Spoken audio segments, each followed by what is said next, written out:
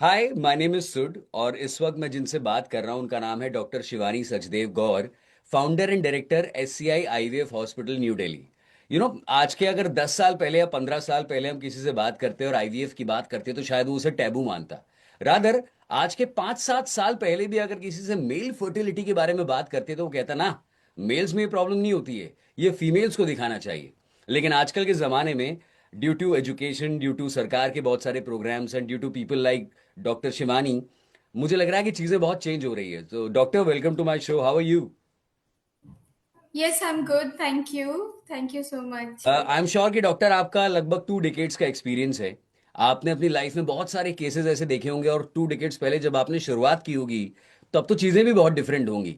तो अपनी इस 2 डिकेड की जर्नी को आप कैसे देखती हैं? 2 डेकेड्स की जर्नी में बहुत सारे डिफरेंसेस आए हैं। क्योंकि मैं जब इनिशियली आईवीएफ करती थी न्यू दिल्ली में, हमारे पास बहुत सारे फॉरेन पेशेंट्स आते थे सरोगेसी के लिए दुनिया भर से। जी। यूके, ऑस्ट्रेलिया, बहुत सारे लेस्बियन गे कपल्स भी आते थे। काफी सारे हमने सरोगेसी के केसेस किए, इंटरनेशनल सक्सेसफुल किए। फिर उसके बाद इंटरनेशनल सरोगेसी बंद हो गया, तो फिर हमने अपना फोकस सरोगेसी से आईवीएफ पे शिफ्ट किया।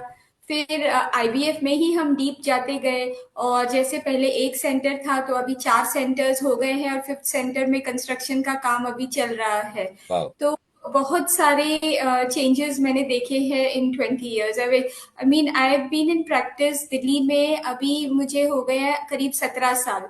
बट ओवरऑल, क्योंकि मैं आईवीएफ पहले लंदन में करती थी, तो वहां मैंने 2 साल काम किया है, टोटल 4 साल यूके में काम किया है। उसके पहले मुंबई में भी काम किया है। तो जी। एक्सपीरियंस तो 20 ईयर्स से ज्यादा है, बट दिल्ली में अभी अपने ओन प्रैक्टिस में इट्स अबाउट 17 ईयर्स। वाह। मैम, आई एम श्योर कि आपने जब चीज़ें शुरू की थी तब से लेकर आज तक बहुत सारी चीज़ें बदली हैं।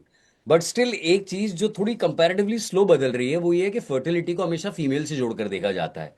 मेल फर्टिलिटी को बहुत सारे लोग जानबूझ के छुपाना भी चाहते हैं और वो शायद फेस ही नहीं करना चाहते हैं कि हाँ, हमें प्रॉब्लम हो सकती है। एक रिसेंट एग्जांपल आपको देता हूँ, मेरी बेस्ट फ्रेंड के जब उनके ड्राइवर साहब को बड़ी प्रॉब्लम हो रही थी उनकी वाइफ को।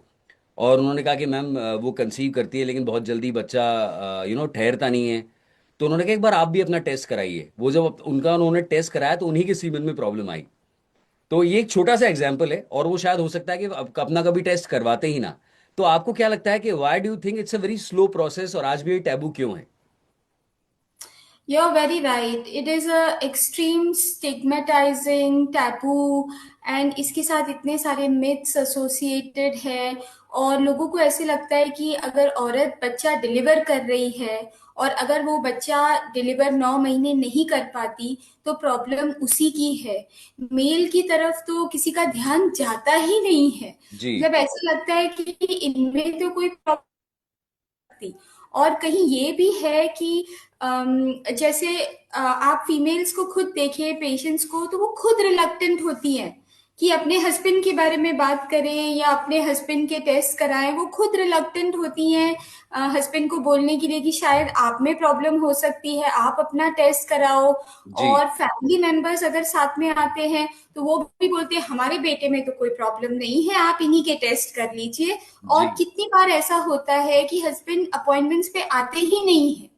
हम्म। पहले तो उनको आप चेकअप के लिए अपॉइंटमेंट पे लेके आओ, वही आपके लिए अचीवमेंट है। जी। बहुत सारे वो आते ही नहीं है, बाहर ही बैठे रहते हैं, या बोलते हैं हम काम में बिजी हैं, हम नहीं आ सकते, हमारा तो कोई प्रॉब्लम नहीं है। So this hmm. is a very genuine problem, and there is somewhere still stigma associated with it. और जब तक वो स्टिग्मा जाएगा नहीं, तब तक इसका सोल्यूशन ढूंढना इतना इजी नहीं है। मैम, मेल फर्टिलिटी से जुड़े हुए आपने कौन कौन से सबसे ज्यादा मिसकंसेप्शन सुने हैं? Biggest misconceptions include if I can ejaculate, कि अगर वो आदमी सेक्सुअल इंटरकोर्स अपनी वाइफ के साथ कर पाता है तो उसका ये मतलब है कि उन्हें कोई मेडिकल प्रॉब्लम नहीं है, उनके स्पर्म में कोई प्रॉब्लम नहीं है। जी। देन इट इज कि मेन हम तो बच्चे किसी भी उम्र में पैदा कर सकते हैं। मतलब ये कंसेप्शन है कि औरत की फर्टिलिटी 40 साल तक, और मेन तो 50, 60, 70 तक भी उनका स्पर्म वैसे ही रहता है। अगर एक बच्चा हो गया है, तो दूसरा बच्चा नहीं हो रहा तो ये औरत की फॉल्ट है, इसमें मेल की कोई फॉल्ट नहीं है, क्योंकि एक बच्चा हेल्दी हो गया है तो मेल में कभी इनफर्टिलिटी का फैक्टर आपको मिलेगा नहीं। ये बहुत बड़ा मिथ है। और ये भी एक मिथ है कि अगर हम फ्रीक्वेंट इजैकुलेट करें, मतलब हर रोज या हर 2 दिन में इजैकुलेट करें, तो अंदर से स्पर्म ड्रेन हो जाता है या कुछ पावर ड्रेन हो जाता है स्पर्म प्रोडक्शन का। तो फ्रीक्वेंट डेली इजैकुलेशन या फ्रीक्वेंट इजैकुलेशन नहीं करना चाहिए। फिर लोगों को ऐसे लगता है अरे वो तो कितना ड्रिंक स्मोक करता है, उसके तो नॉर्मल बच्चे हुए हैं। तो ड्रिंकिंग और स्मोकिंग से कोई इफेक्ट नहीं होगा, कोई बुरा असर नहीं होगा इनफर्टिलिटी पे। जी। Physical inactivity, weight gain, obesity, मोटापे से कोई नेगेटिव इफेक्ट नहीं है। बट ये सब सब मिसकंसेप्शंस है, क्योंकि इनमें एक एक फैक्टर स्पर्म को इफेक्ट करता है। जी। तो ये सबसे बड़े मिसकंसेप्शंस है जो हमने देखे हैं अपनी प्रैक्टिस में। मैम एक टर्म है जिसका नाम है डीएनए फ्रेगमेंटेशन टेस्टिंग। पहले तो समझाइए कि आसान भाषा में आम जनता को क्या है ये, और क्या आप इसे अपने पेशेंट्स को आप रेकमेंड करती हैं? जो स्पर्म होता है उसका स्ट्रक्चर ऐसा होता है कि उसका एक सर होता है, हेड, एक मिडिल पीस होता है और एक टेल होता है। जी। 3 चीजें। जो स्पर्म के अंदर जो हमारा पूरा जेनेटिक कोड है, मतलब आपकी बॉडी का एक एक जो ऑर्गन है, जैसे आप जैसे दिखते हो, मैं जैसी दिखती हूँ, तो हमारा ये पूरा एक जेनेटिक कोड है, ये जी। हमारे डीएनए में है। स्पर्म का ये कोड उसके हेड में होता है। पूरा डीएनए हेड में कॉन्सेंट्रेटेड होता है, मिड पीस और टेल में कोई डीएनए नहीं होता है। जब स्पर्म अंडे को फर्टिलाइज करता है तो टेल और मिड पीस बाहर रहते हैं, सिर्फ हेड जाता है एग को फर्टिलाइज करने के लिए, क्योंकि वो पूरा डीएनए का एक पैकेट होता है जो लेके जाता है। जी। अगर ये डीएनए डैमेज्ड है, जो डीएनए होता है ये एक स्ट्रेट रिबन रिबन की तरह होता है। अगर ये कटा हुआ है बीच में कहीं, इसको फ्रेगमेंटेड बोलते हैं। If it is damage, if it is fragmented, तो जब ये एग के साथ मिल के बच्चा बनाएगा, बच्चे में डिफेक्ट आएंगे। हम्म। आपको दिखेगा कि बच्चे में कोई स्ट्रक्चर उसका हार्ट में हो, कोई भी जेनेटिक प्रॉब्लम हो गया है, स्ट्रक्चरल डिफेक्ट हो गया है बच्चे में, मेंटल डिफेक्ट हो गया है। डीएनए में अगर कोई भी डैमेज है तो सफर बच्चा करेगा उससे। तो इसीलिए ये बहुत ही क्रिटिकल है कि जो स्पर्म एग को फर्टिलाइज करे उसकी डीएनए इंटीग्रिटी बहुत अच्छी हो, नहीं तो the child will suffer a lot. Ma'am आजकल तो क्योंकि साइंस एवरीडे तरक्की कर रहा है, आई एम श्योर कि आपकी फील्ड में एवरीडे आपके पास लोग आते होंगे, नए इक्विपमेंट्स के बारे में बताते होंगे, नए टूल्स के बारे में बताते होंगे। एआई एनेबल्ड सीमन एनालाइजर्स आ गए हैं। तो प्लीज एनलाइटन आवर ऑडियंस के क्या क्या चेंजेस आ गए हैं आजकल और क्या क्या नई चीजें हैं।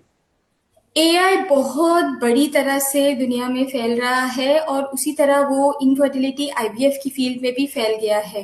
जी। एक शुक्राणु का सैंपल जो होता है उसमें on an average 15 million sperm होते हैं। 15 मिलियन स्पर्म में से एटलीस्ट 50% स्पर्म अनहेल्दी होंगे और 50% हेल्दी। आप कैसे डिसाइड करेंगे? सिर्फ उस स्पर्म को देखने से आपको शायद नहीं पता चलेगा कि वो हेल्दी है कि नहीं। जी। तो इसमें हम एआई की हेल्प लेते हैं। अब एक डॉक्टर जो देखता है, एक एम्ब्रोलॉजिस्ट या एक पैथोलॉजिस्ट जो स्पर्म को देखता है, अगर आप देखो कि आप अपना सैंपल दूसरी लेबोरेटरी में कराओ, या हमारे यहाँ एक एम्ब्रोलॉजिस्ट की छुट्टी है तो दूसरे एम्ब्रोलॉजिस्ट सारे सैंपल्स एनालाइज करने लगे, तो दोनों में फर्क तो होता ही है। You can never have the same report. पर ये जो कंसिस्टेंसी है आपको एआई में मिलेगी, क्योंकि एआई में वो सब्जेक्टिव वेरिएशन नहीं है, इसलिए आपको कंसिस्टेंसी मिलेगी। जो स्पर्म का काउंट है, उसकी मोबिलिटी कितनी है, उसमें कितने नॉर्मल कितने अबनॉर्मल स्पर्म है, क्या उसमें कुछ पस सेल्स है, इन्फेक्शन हम्म। है। और ये फास्ट एनालिसिस होता है, रिलायबल एनालिसिस होता है। इसमें जो सब्जेक्टिविटी की पार्ट होती है वो निकल जाता है। तो डेफिनेटली एआई कुछ हेल्प करता है, but I want to be very cautious जब मैं ये बोलूं, बिकॉज ऐसा कोई भी टूल नहीं है जो आपको 100% अश्योर कर सकता है या आपको प्रिडिक्ट कर सकता है 100% कि सब नॉर्मल है। अल्टीमेटली हर टेक्नोलॉजी की अपनी लिमिटेशन है, आपको समझना चाहिए ये एक बायोलॉजिकल प्रोसेस है। वो हम्म। स्पर्म जब एग से मिलेगा, एग के साथ मीटिंग में क्या कोई एरर होगा, फर्टिलाइजेशन में उसके कोड में कोई एरर होगा, वी डोंट नो।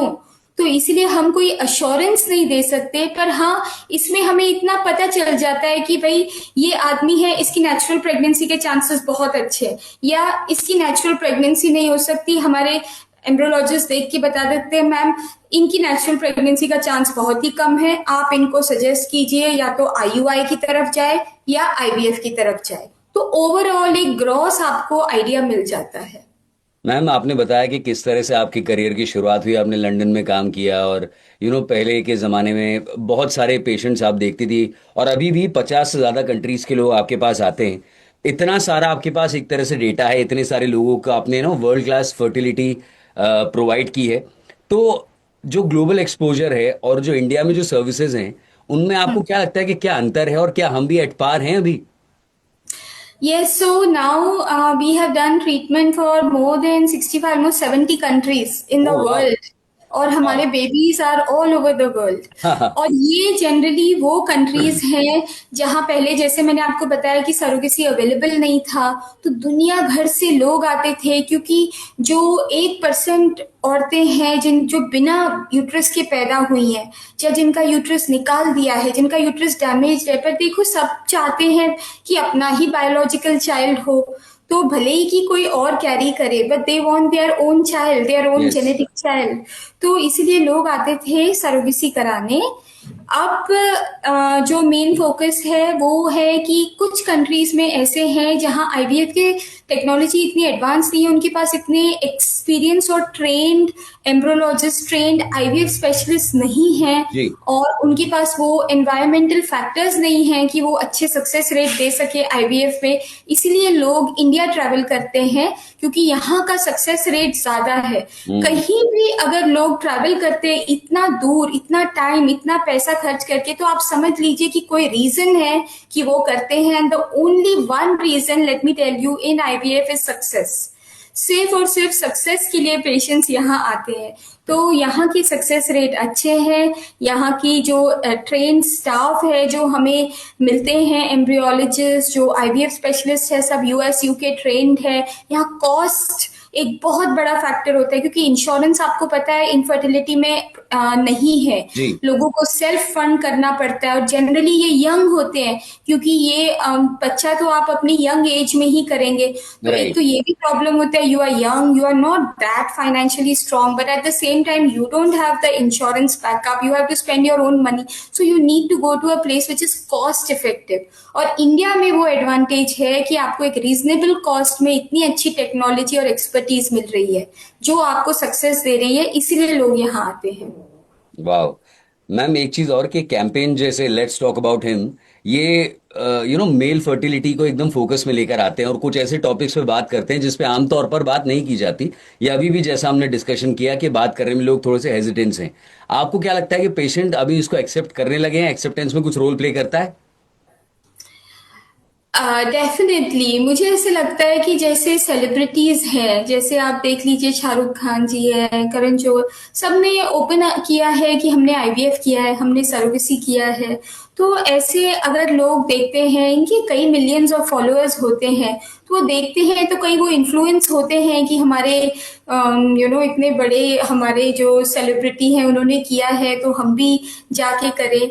और कहीं ना कहीं अभी अवेयरनेस इंक्रीज हो रहा है कि मेल का कंट्रीब्यूशन 50% है, सिर्फ औरत का कंट्रीब्यूशन सिर्फ 50% है, हम्म। और male infertility minimum 30% up to 50% cases में मेल में फैक्टर में प्रॉब्लम है। जी। तो जैसे जैसे ये अवेयरनेस स्प्रेड हो रहा है, वैसे डेफिनेटली एटीट्यूड्स चेंज हो रही हैं, एंड मोर हम देखते हैं कि कपल्स आते हैं तो कोई वो हेजिटेशन या रिलक्टेंस नहीं होता सीमेन टेस्ट कराने में। इनफैक्ट कितनी बार तो ऐसा होता है कि मेल बोलता है कि आप बैठे रहो, मेरा टेस्ट सिंपल है, मैं अपना करा के पहले चेक कर लेता हूँ। तो नाइस। ऐसे होता है कि पहले मेल भी अपने टेस्ट, जो मेल पार्टनर है वो भी अपना टेस्ट पहले, they can do their test before. वाह। तो बहुत सारे चेंजेस आए हैं, no doubt about it. Ma'am ये तो आपने एक अच्छे चेंज की बात की, लेकिन दूसरी तरफ वो भी हैं जो खुद का टेस्ट कराने में थोड़े से हेजिटेंट हैं, फियर है, शेम है, मिस इन्फॉर्मेशन है। आपसे मेरा आखिरी सवाल ये है कि आप क्या मैसेज देना चाहेंगे उन सभी लोगों को जो हमको सुन रहे हैं या देख रहे हैं? मैं उनको ये मैसेज देना चाहूंगी कि इनफर्टिलिटी को आप इनक्यूरेबल मत समझिए। इसके लिए बहुत अच्छे ऑप्शंस हैं ट्रीटमेंट के लिए। सबसे इम्पोर्टेंट है आपका बहुत अच्छे से एक हिस्ट्री लेना, एग्जामिनेशन करना, आपकी कुछ बेसिक सिंपल टेस्ट करना, और कई नेचुरल टेक्निक्स हैं। I want to focus on this, क्योंकि जस्ट आप अपना लाइफस्टाइल चेंज करें। जैसे अगर आप स्मोकिंग कम करे, अल्कोहल कम करे, ड्रग्स या वेपिंग आजकल कितना कॉमन हो गया है। वेपिंग हम्म। जिस एरिया में मैं बैठी हूँ जीके, इधर तो इतना कॉमन है, लोग सुबह उठते ही वेप करते हैं। हम्म। तो वेपिंग जैसी चीजें कम करे, अपना 10,000 स्टेप्स की कोशिश करे, अपना लाइफस्टाइल चेंज करे। अगर आपका एक्सपोजर है जैसे petrol, diesel fuels, paint fuels से, इसे कम करे। अगर आपको आदत है बहुत गर्म पानी से नहाना, स्टीम सोना बाथ लेना, इसे अवॉइड कीजिए। Stress factor, number one reason for male infertility is very high stress factor. कुछ डी स्ट्रेस करने के लिए टेक्निक्स यूज कीजिए। So there are so many natural techniques. ऐसा नहीं है कि हर पेशेंट को आईवीएफ, या हर उस कपल को जिसे बच्चा नहीं हो रहा है तो आईवीएफ ही कराना पड़ता है। आईवीएफ तो लिमिटेड है 10-15% लोगों के लिए। 80% हम्म। लोग बस कुछ मामूली चेंजेस से ही प्रेग्नेंट हो जाते हैं। तो बिल्कुल हेजिटेट मत कीजिए, एक ओपिनियन जरूर ले लीजिए, क्योंकि बहुत कॉमन प्रॉब्लम है कि डिले इन डायग्नोसिस। लोग आते नहीं हैं, लोग इधर उधर से कुछ भी अपना ऑनलाइन ऑर्डर कर लेते हैं, कुछ प्रोडक्ट, कुछ यहाँ वहाँ। और ये इतना जिम जाने के लिए जो सप्लीमेंट्स यूज करते हैं, बस वो सप्लीमेंट बंद करके ही स्पर्म काउंट इंप्रूव हो जाता है। तो हम्म। कितनी छोटी छोटी मेजर्स हैं जिससे हम उन्हें हेल्प कर सकते हैं। So don't hesitate, take advice in time. Ma'am, जितना आसान भाषा में, जितना फ्लुएंटली और जितना कमाल तरह से आपने समझाया है, आई एम श्योर कि आपके पेशेंट्स जब भी वहां पर आते होंगे तो बहुत सेटिस्फाई होके जाते होंगे, और आप उन्हें इतना ही अच्छे से समझाती होंगी। It was actually lovely talking to you, and I hope कि आपके और मेरे इस कॉन्वर्जेशन के बाद बहुत सारे लोग इस मिस इन्फॉर्मेशन से बचें, फियर और शेम छोड़ें, और मेल फर्टिलिटी के बारे में खुलकर बात करें। Thank you so much. I really enjoyed talking to you, and you picked up the very important and salient points. So I think that this is really going to be very helpful to people when they see it. Lovely talking to you ma'am. Same here. Okay. Radio City 91.1 FM.